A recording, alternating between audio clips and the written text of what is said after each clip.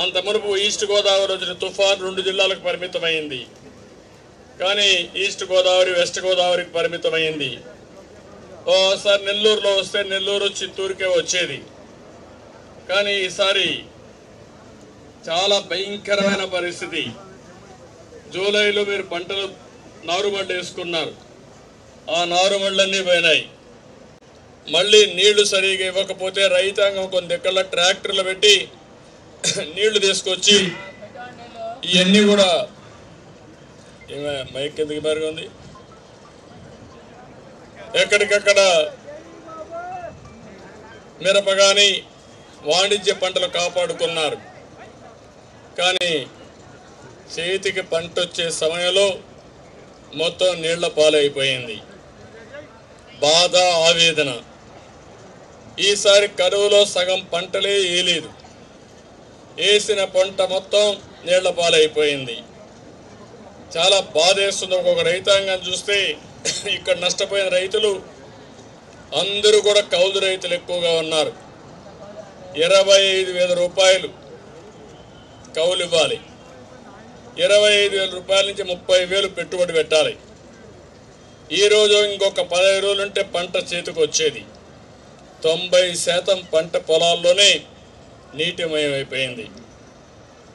అయితే ఇప్పుడు నేను ఇక్కడ ఒక విషయం మీరు చూస్తే ఒక బాధ కూడా. ఒక పక్క తుఫాను అనేది మనం నివారించలేం, ఇందులో మానవ తప్పిదం కూడా ఉంది. మానవ తప్పిదం చూస్తే ప్రభుత్వం పూర్తిగా విఫలమైనట్టు కనపడుస్తుంది. ముందు జాగ్రత్తలు ఏమాత్రం లేవు.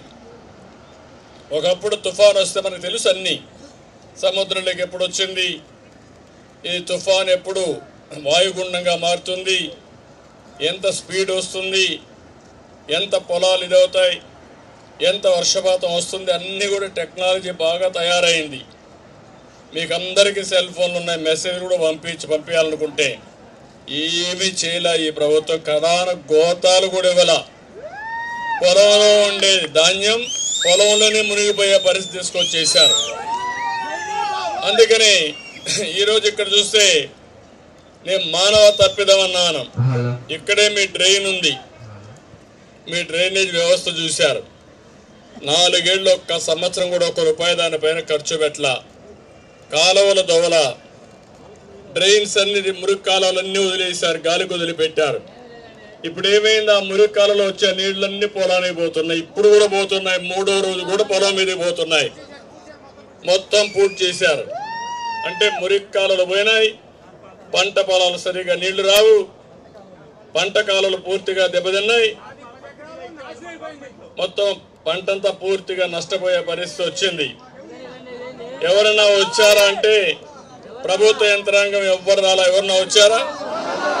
ఎవరు ప్రభుత్వ యంత్రాంగమే రాలేదు. ఇంకో పక్కన మీరు చూస్తే ఎప్పటి నుంచో ఒక సిస్టమ్ ఉంది, బీమా, పంట బీమా. అది ఫసల్ బీమా అనే పేరు పెట్టి ప్రధానమంత్రి కూడా దానికి శ్రీకారం చుట్టి కొంత కేంద్ర ప్రభుత్వం, కొంత రాష్ట్ర ప్రభుత్వం, కొంత రైతు ఇచ్చేవాళ్ళు. మీ రుణాలు తీసుకున్నప్పుడే దాన్ని కట్ చేసుకునేవారు. అది ఉంటే ఈరోజు మీకు డబ్బులు వచ్చేది, నష్టపరిహారం వచ్చేది. వచ్చిందా? 1 పైసా వచ్చిందా? ఫసల్ బీమా అంతా కూడా